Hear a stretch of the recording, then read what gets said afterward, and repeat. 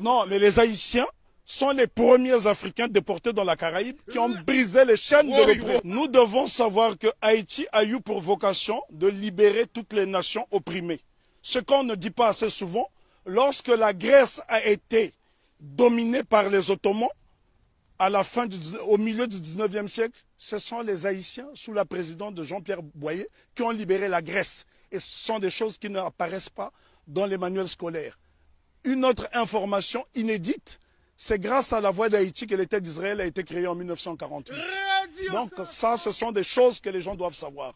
Haïti a été le pays le plus démocratique du monde, puisque toute personne qui arrivait sur le sol haïtien était considérée comme nègre. Donc tous les opprimés de la planète trouvaient refuge en Haïti.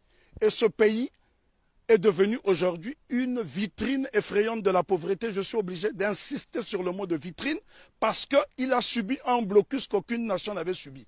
Imaginez-vous qu'une petite île comme Haïti a été victime du syndicat des empires coloniaux qui était constitué du Danemark, de la France, de l'Espagne, de l'Angleterre, des États-Unis d'Amérique, de la Hollande, de la Suède, parce que toutes ces nations ne voulaient pas voir une nation indépendance nègre. Et souvent on dit de Haïti que ça a été la première république nègre.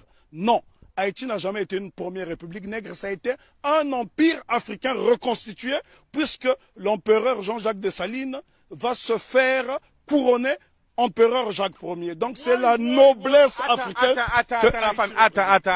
Ben, en tout cas, il y a beaucoup de choses à dire sur Haïti.